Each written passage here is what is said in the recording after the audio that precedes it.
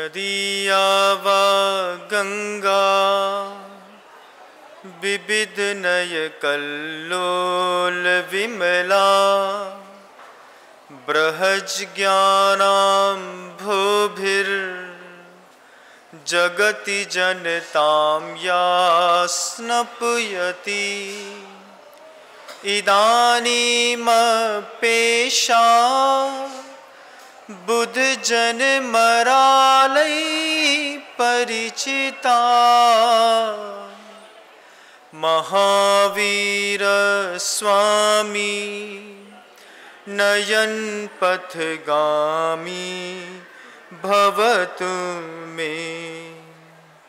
अहिंसा परमो धर्म की परम पूज्य आचार्य भगवंत गुरुदेव श्री विद्यासागर जी मुनि महाराज की, आज्ञाकारी श्री अजितनाथ जी भगवान की, समस्त मुनि संघ की।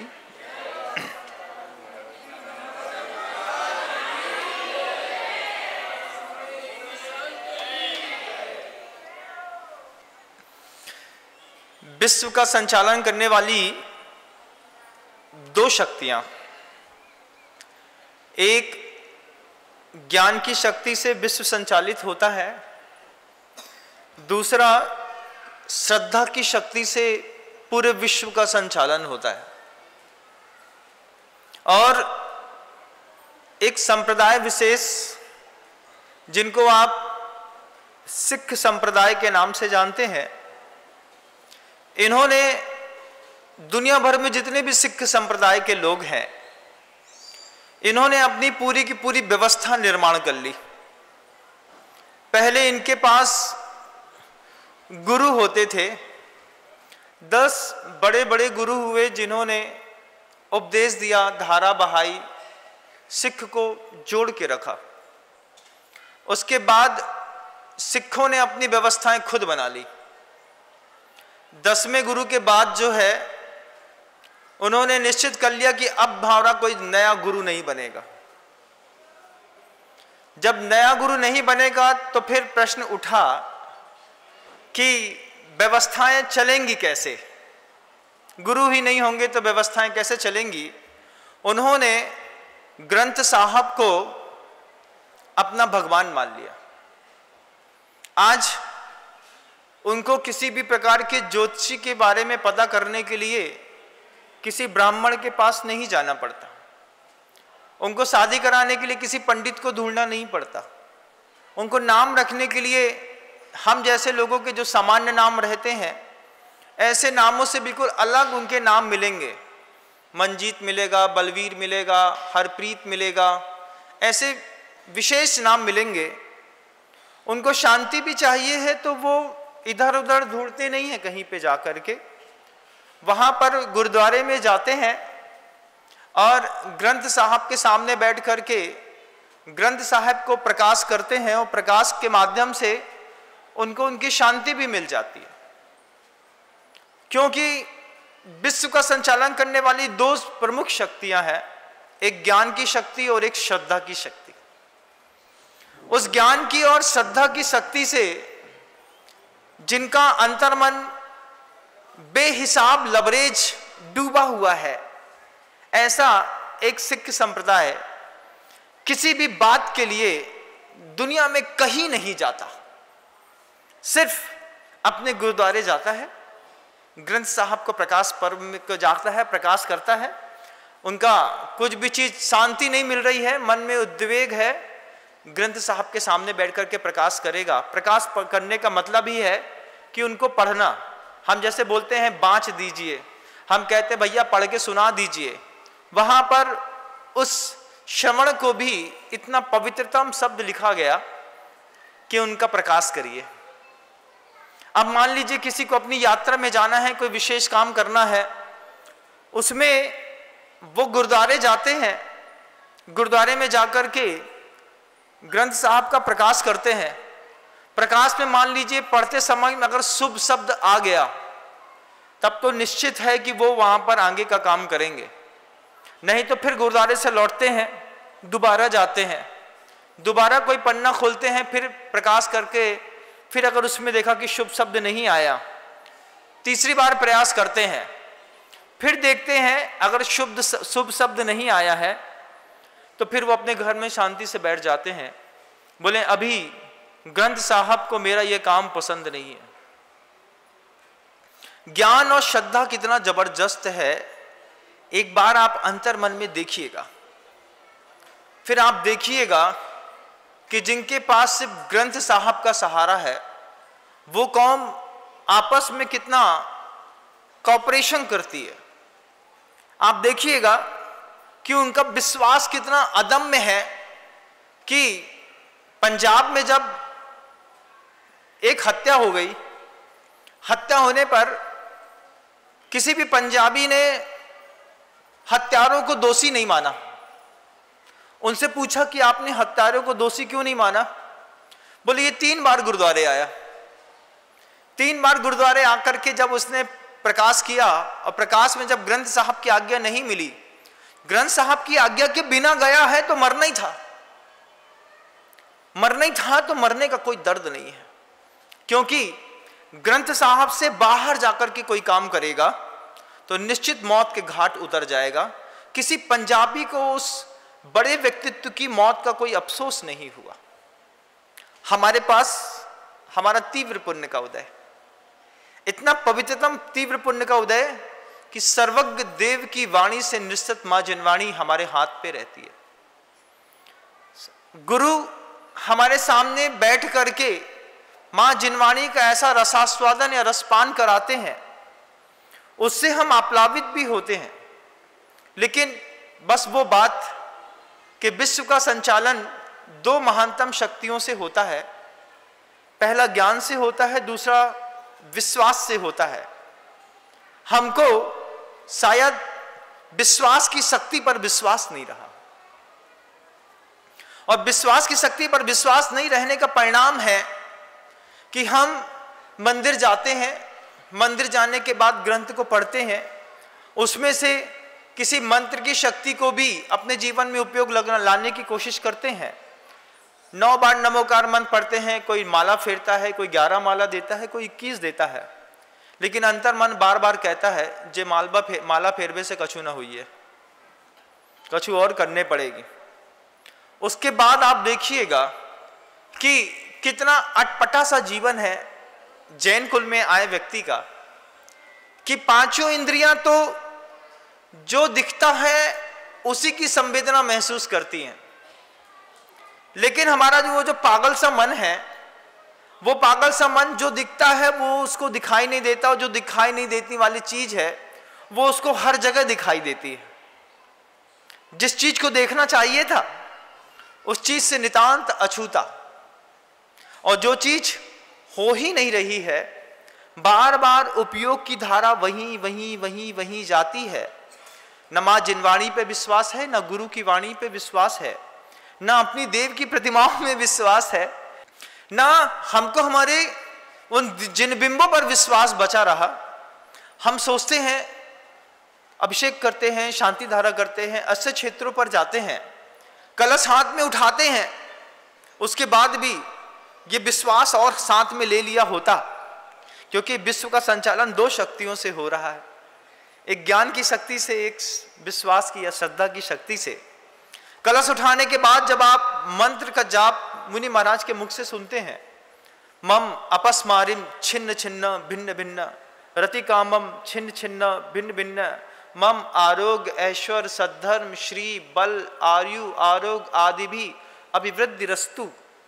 ये शब्द जब आप सुनते हैं, अंतर मन में इस बात का भी विश्वास होता कि मेरे सच्चे गुरु ने मेरे लिए आज शांति धारा की है, आज के बाद मुझे पीछे पलट के नहीं देखना है।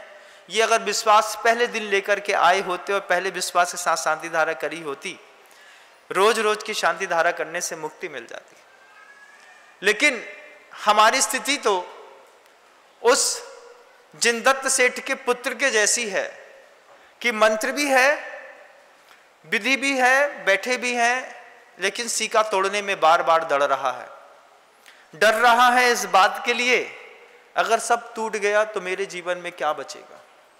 और अगर नीचे के शस्त्र देखता है, शस्त्र देख करके उसको बार बार भय होता है, अगर सब तोड़ दिया और नीचे गिर गया और मंत्र सिद्ध नहीं हुआ तो डामाडोल की मिट्टी खराब होनी ही थी। बार बार नीचे चढ़ता है, उतरता है, फिर चढ़ता है, फिर उतरता है। कितनी बार हम भगवान की वेदियों में चढ़े हैं, कितनी बार हमने शांति धारा करी है।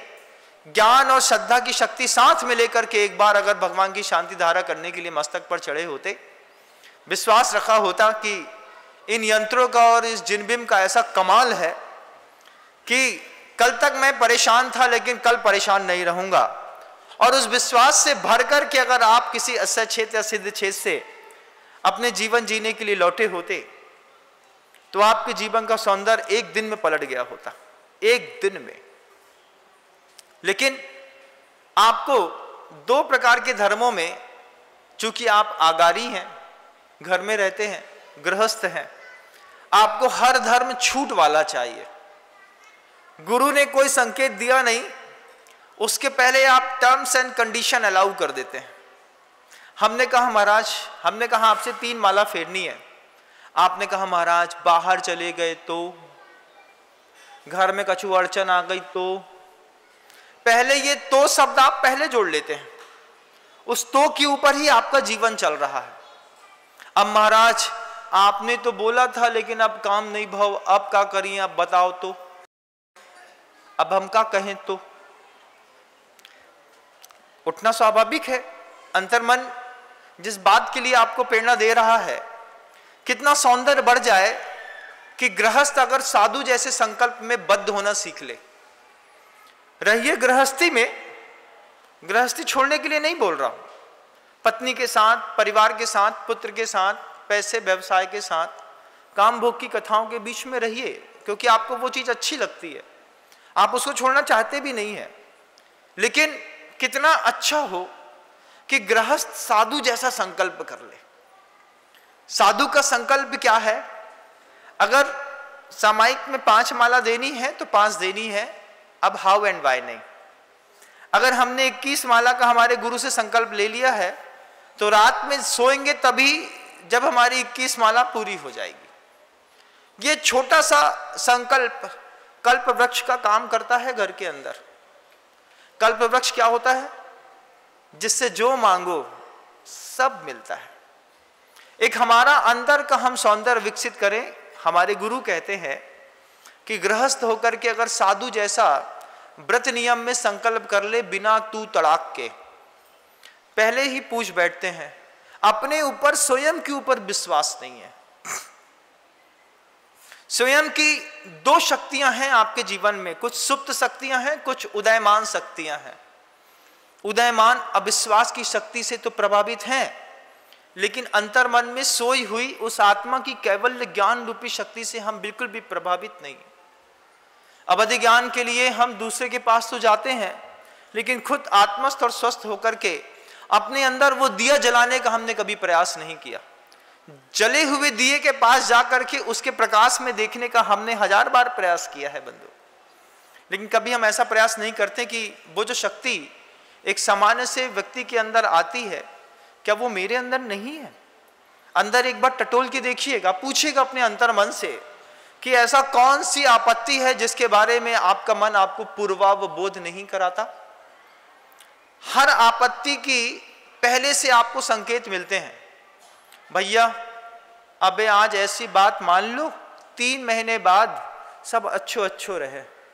विद्यार्थी जितनी पढ़ाई उस रात को करता है जिस सुबह पेपर, अगली सुबह पेपर होना चाहता है, अगर रोज 10 मिनट भी तरीके से दिया होता तो अंतिम दिन में इतना स्ट्रेच दिमाग पर नहीं लेना होता। आपने भी पॉलिसी में, जीवन बीमा की पॉलिसी वाले आपको कितने अच्छे से समझाते हैं कि अभी आप 1 लाख रुपए का इन्वेस्टमेंट कर लीजिए, आपकी बच्ची जब 21 वर्ष की होगी तब हम आपको 25 लाख रुपए देंगे, आपको कोई विकल्प नहीं करना पड़ेगा। वहां दिमाग चलता है आपका, आपको लगता है कि हाँ ये बात सही कह रहा है। आप पॉलिसी लेते हैं तो पॉलिसी का सुख भी भोगते हैं, फिर आपको कुछ दिनों बाद लगता है कि हमने छोटी उम्र में पॉलिसी लेकर के बड़ा अच्छा किया। कई बार LIC वाले भी फेल हो जाते हैं, पॉलिसी बना देते हैं, पॉलिसी में सिग्नेचर साइंस हो जाते हैं, उनके बाद लगता है कि ये पॉलिसी हमारी घाटे वाली है, तो ना चाहते हुए भी वो आगे चल के उस पॉलिसी को बंद कर देते हैं। लेकिन जिन्होंने पॉलिसियां ले ली हैं उनकी तो कंटिन्यू रहती है। हमको भी ये बात सोचनी है अपने जीवन में कि क्या हमारा अंतर्मन किसी भी विपत्ति के पहले हमको एक भी बार प्रेरणा नहीं देता? क्या किसी भी आपत्ति के पहले क्या आप अंतर्मन ये नहीं बोलता कि देखो अभी तुम 9 बजे ये काम नहीं कर रही हो तो 2 बजे जब वे श्रीमान जी घर के अंदर आए और उनको तमतमाता हुआ चेहरा दिखेगा, फिर आप जाकर के शाम को रोगी, कहा बताएं जिज्जी हमारे जेब बहुत ही मारत है, पहले ऐसे ना हते लेकिन अब पता नहीं कैसे हो गए, पहले तो बहुत ही अच्छे हते, पहले तुम भी बहुत अच्छी हती, पहले तुम जरा सी बात बेकहते हो तुम मान लेती थी, तुम्हारा भी दिमाग सही काम करता था। अब जैसे हमने बुद्धि का विवेक का प्रयोग करना बंद किया तो हमारे घर में धीरे धीरे करके आंतरिक कलह ने अब ऐसा स्थान बना लिया है कि पति और पत्नी का जीवन जिस शक्ति के माध्यम से चलता है उसमें भी 2 शक्तियां काम करती हैं। विश्व का संचालन 2 ही शक्ति से होता है, ज्ञान की शक्ति से और विश्वास की शक्ति से। अब धीरे धीरे दोनों के बीच में अगर विश्वास की शक्ति कपूर के जैसे उड़ गई हो और ज्ञान वैसे ही एक दाग छोड़ करके चला गया हो जैसे सफेद शर्ट पे हल्दी पड़ गई हो, उसके बाद जीवन थोड़ा दूभर तो हो ही जाता है। प्रतिकूलताएं तो जीवन में आकार ले ही लेती हैं। कितनी बार पूज्य गुरुवर कहते हैं पूर्वावबोध की जैन दर्शन में बहुत बड़ी कीमत है। आपको अपना परिवार चलाना हो या अपना जीवन या समाज चलानी हो या मुक्ति के रास्ते तक पहुंचना हो, वे सफल लोग जो वक्त से पहले सही निर्णय लेते हैं और अपने निर्णय पर अटल रहते हैं। हमारे साथ सबसे बड़ी दिक्कत है हम रोज अपने इरादे नए तरीके से बनाते हैं और नए तरीके से बनाए गए इरादों को चूंकि किसी ने सुना नहीं है, किसी ने देखा नहीं है, किसी से बोला नहीं है, तो अपने ही इरादों को हम तोड़ देते हैं।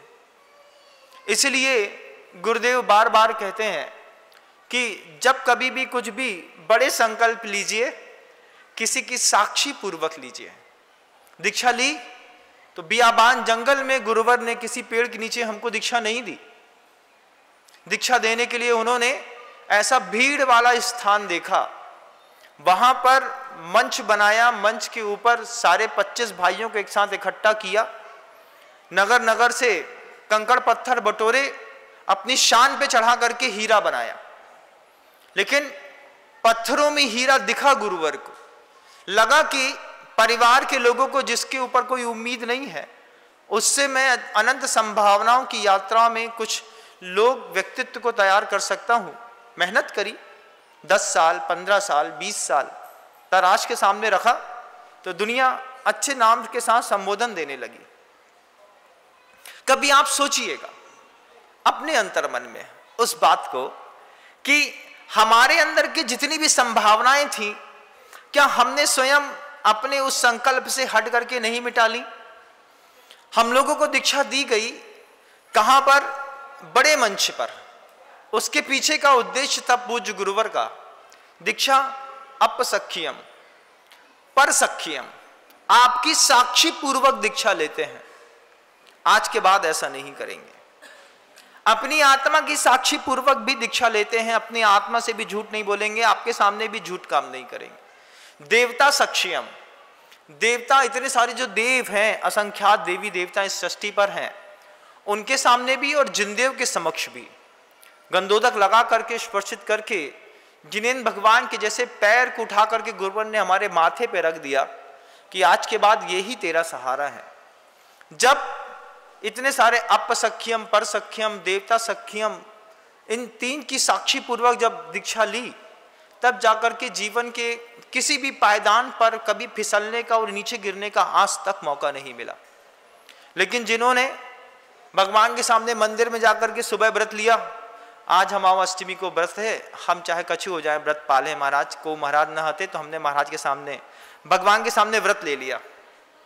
अब क्या हुआ, 9 बजे तक भूख लगी, धीरे से एक चाय पी ली, फिर एक थोड़ा सा दूध पी लिया, फिर केला खा लिया, फिर शाम को बोले भाई सुबह गए थे मंदिर में, हम सोच के आए थे कि अष्टमी को बास कर हैं, हम नहीं सदो तो अब हमने एक आसन कर लो। ये क्या है? ऐसा होता है कि नहीं? करते हैं ना? कई बार करते हैं, क्योंकि हमारे संकल्प पाषाण की प्रतिमाओं के सामने जाकर के फलीभूत नहीं होते, जीवंत गुरु के सामने जाकर के फलीभूत होते हैं। श्रद्धा और ज्ञान का बहुत अद्भुत भंडार है जैन दर्शन में। कई बार हमारी भगवान की प्रतिमाओं से हम लाभ ले लेते हैं, कई बार शास्त्र से ले लेते हैं, कई बार गुरुओं से ले लेते हैं। तीन बहुत बड़े साधन हैं, बैसाखियां हैं ये तीन बहुत बड़ी बड़ी, इनके ऊपर जो भी बैठा है वो हमेशा ऊपर ही उठा। लेकिन हमारे सिख संप्रदाय में जितनी आस्था गुरु ग्रंथ साहब के प्रति है, ऐसी आस्था क्या जैन कुल में उत्पन्न व्यक्ति को अपने प्रथमानुयोग, करणानुयोग, द्रव्यानुयोग और चरणानुयोग पे है कि नहीं? एक बार अंतर्मन से पूछिएगा।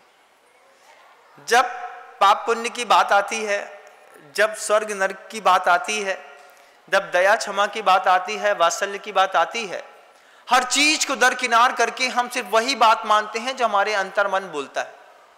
अंतर्मन बोलता है मार डालो इसको, उठाते हैं और पटक देते हैं, किसी को प्राणांत कर देते हैं। हमारा दिमाग बोलता है इस बात को कि आचार्य कितनी बार बोलते हैं कि जो काम स्लो साउंड में होता है वो हाइपर स्पीड पे कभी नहीं होता। किसी को अपशब्द भी कहना है, कभी प्रयोग करके देखिएगा। तेज क्रोधित आवाज में आपने किसी को अपशब्द किया तो वो पानी जैसा बह गया, लेकिन धीरे से आपने किसी को कुछ कहा है, कब ऐसा हुआ है कि उसको समझ में नहीं आया हो? तुम्हारे जैसा गिरा हुआ हमने आज तक नहीं देखा। जब पिता ने बिल्कुल धीमी आवाज में कहा तो वो धीमी आवाज अंदर तक जाकर के छुप जाती है। तेज आवाज में तो हम समझते हैं जे वैसे बोल रहे हैं, अंदर से कछु नहीं आए न, जे भी ऐसे ही हैं और हम भी ऐसे ही हैं। लेकिन अंतर्मन को जब हम अपने भाव में पूछते हैं कि जैसा सिख समाज में गुरु ग्रंथ साहब पे श्रद्धा है, अगर ऐसी श्रद्धा हमने अपने जैन आगम में करी होती, ऐसी श्रद्धा अगर हमने देवशास्त्र गुरु के ऊपर करी होती और मानी होती कि ये 10 लक्षण धर्म जो है एक ऐसा शाश्वत सत्य है, इस सत्य के आगे सारी चीजें बेमानी है, फिर इस पर्युषण पर्व को, पर्वराज को मनाने का आनंद, सौंदर्य ही कुछ और होता। लेकिन कल मैंने जब पूछा था कि पर्युषण पर्व को मनाते हैं तो सबसे पहले किसको पता चलता है, दुनिया में उसकी ख्याति सबसे पहले किसके कान तक पहुंचती है? सबने बोला महाराज जी सिर्फ सब्जी वालों को पता चलता है कि जैनियों का पर्युषण है, इसके अलावा दुनिया में किसी को पता नहीं चलता। जबकि हिंदू संप्रदाय ने कमाल किया, अपने किसी भी पर्व को सार्वजनिक किया। उनकी गणेश चतुर्थी आई, उन्होंने मंदिर के जाकर अंदर जाकर के नहीं मनाई, उन्होंने गणेश चतुर्थी में गणेश जी की बड़ी बड़ी प्रतिमाएं रखी, बड़ी बड़ी प्रतिमाओं से उस चतुर्थी को सार्वजनिक किया। दुर्गा जी का समय आया तो दुर्गा जी की प्रतिमाओं के साथ दुर्गा जी को सार्वजनिक किया। अपने धर्म को सार्वजनिक कैसे किया जाता है, इस कला को हम कभी सीख और समझ नहीं पाए।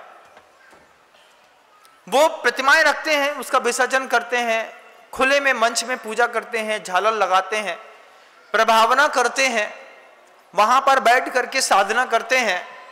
लोगों की आज गणेश जी पे साधना श्रद्धा है, दुर्गा जी पे श्रद्धा है, उनका वो उपयोग करते हैं। कितने जैन समाज के लोग हैं, पर्युषण पर्व मनाए या ना मनाए, लेकिन नवरात्रों में 9 दिन के उपवास कर लेते हैं, गजलैया अपनी छाती पे बोल लेते हैं। लेकिन माँ जिनवानी जिस बात को कहती है कि 10 लक्षण धर्म की ऐसी प्रभावना होती, ऐसा अद्भुत उसका प्रकाश करते, लोगों में बताते कि हमारे यहाँ की क्षमा कुछ ऐसी अद्वितीय होती है कि साल भर में जिससे विरोध होता है पहले उसको संतुष्ट करते हैं, उसके बाद 10 लक्षण पर्व के ऊपर जाकर के साधना के मार्ग पर हम 10 दिन तक ऐसे उतरते हैं कि पूरी दुनिया को पता चलता है कि इस बार जैन साहब ने पर्युषण बनाया था, उसके बाद जैन समाज की पूरी रंगत बदल गई।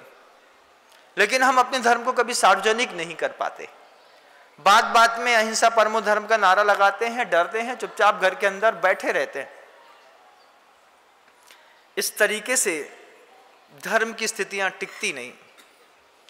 हमारे धर्म करने से धर्म नहीं टिकता जब तक हम किसी और व्यक्ति को धर्मात्मा ना बना दें, जब तक हम किसी और अपने ही व्यक्ति को धर्म करने के लिए प्रेरणा देकर के उनको समाज के बीच में खड़ा ना कर दें, तब तक आपका धार्मिक होना बेकार है और व्यर्थ है। शब्दों को विराम देता हूं, लेकिन वह श्लोक फिर एक बार आपको याद दिलाना चाहता हूं। आपके ग्रंथ साहब बार बार कह रहे हैं, देव पूजा गुरु पास्ति स्वाध्याय संयमस तपः दानम चेति गृहस्थानाम षट कर्माणि दिने दिने। गुरुदेव श्री विद्यासागर जी महाराज।